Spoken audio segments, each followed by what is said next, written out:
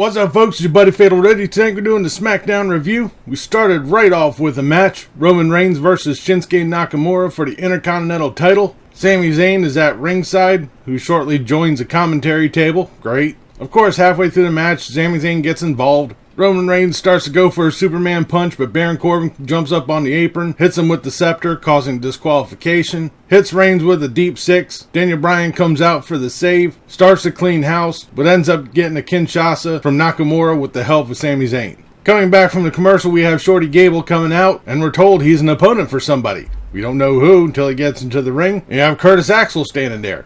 Great, good timing here. This is a match. Gable wins with a submission. After the match, Gable gives an inspirational speech saying, "Accept who you are," and then redubs himself Shorty G. What? We then have a split-screen interview with Hulk Hogan. He's a couple miles down from me in Clearwater, and he's talking up his match at Crown Jewel and how he's going to be naming more people to the team. We then have Heavy Machinery and the New Day versus the Revival and Rudolph. This is the usual multi-man chaos as always goes on. Scott Dawson eats the midnight hour, and the Faces win. It was an alright match. Now from here on in the night, things get a little screwy. Not so much from the show side, but from my end here. We have an episode of Miz TV. His guest is going to be Bayley, who's joined by Sasha Banks, and it sounds like she's got a new song, which actually sounds pretty cool. We get a recap of the Charlotte Flair and Bayley match last week. Miz asks one question: why? Bayley says that she doesn't owe anybody an explanation. Then the feed got cut off because there's a tornado warning in my area, so I missed a good portion of this. When it came back, Nikki Cross and Dana Brooke were putting themselves over on the microphone.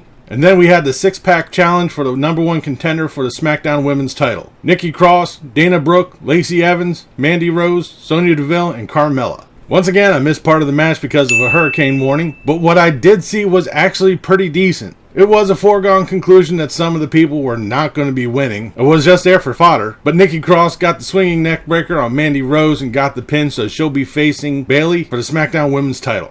We then have Braun Strowman versus Drew Gulak. Before the match, Gulak starts to talk to Strowman, saying if he's acting the way he is, he's not going to win against Tyson Fury. He starts to show him a PowerPoint presentation. Strowman's having none of this, starts beating down on Gulak. This is a glorified squash match. Braun Strowman won it.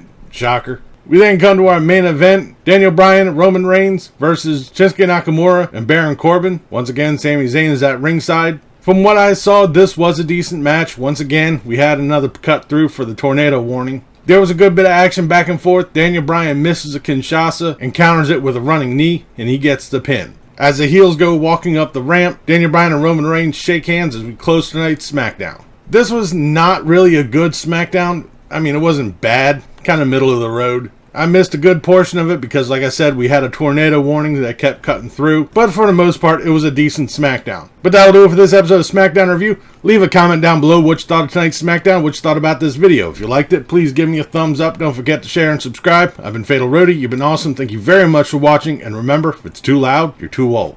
See ya.